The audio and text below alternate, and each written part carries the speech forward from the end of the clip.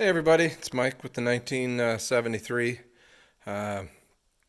Do have some more work completed, so I've put a piece of angle iron across the frame rails there, and I'll have they're not here yet, but I've got some hangers that'll go down and pick that pipe up to keep it in a good spot. And as it turns out, I I just ran it straight out right here, and I'll have a horseshoe bracket tied to the frame right there. Hold that up.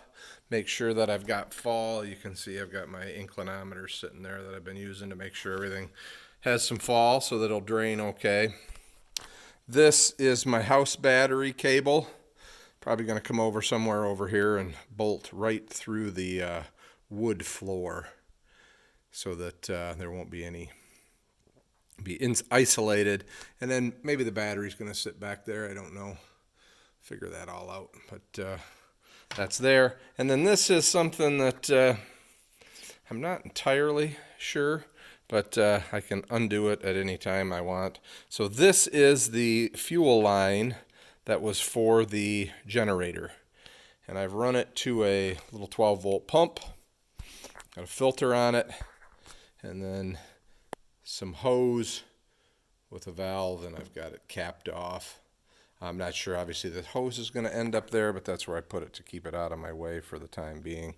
And then this will go to some sort of a switch that'll be like a safety switch, either a key switch or something like that. And my thought is that I may carry with me I have a small Coleman generator, or maybe at some point I'll get a little Honda little suitcase job. And that way, if I don't have to carry a gas can with me, I can just pull off of the tanks to use it. And like I said, if for some reason I decide that that's a bad idea or it doesn't work out well, I can cap it off and be like it was never there. But I did get that installed. I'm getting ready, hopefully, to put this piece of floor in here. I'll just show you. This will be more important later. But you can see that there's a height difference between the rail and this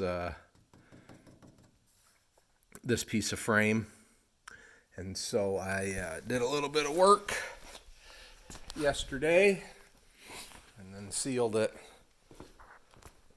But basically on both sides, I routed that board out to sit down over this rail so it'll be flat on the original stringers. So I may get this floor in today. I don't know for sure, but I basically ready everything else that has to happen I can do from underneath. I do need to drop the tanks out one last time. The gaskets aren't in those valves yet. You can see the two valves at where I showed you they were the other day.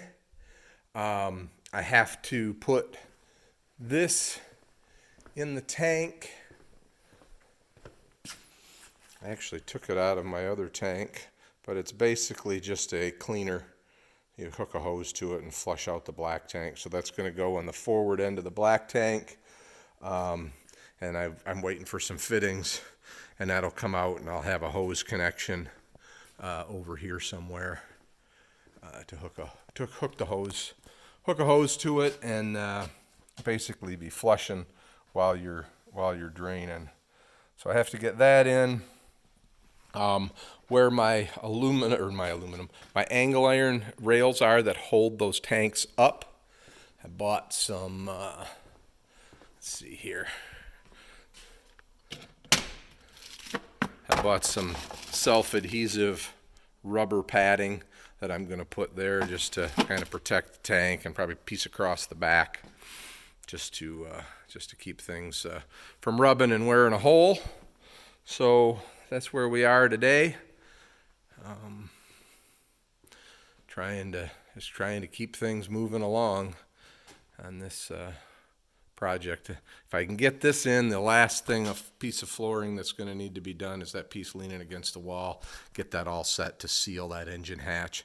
And then I think I'm probably going to go to the outside and put these rails on next. Get these rub rails in place. So that's going to involve some painting and so on. So get that going. All right, everybody, have a good day. Take care.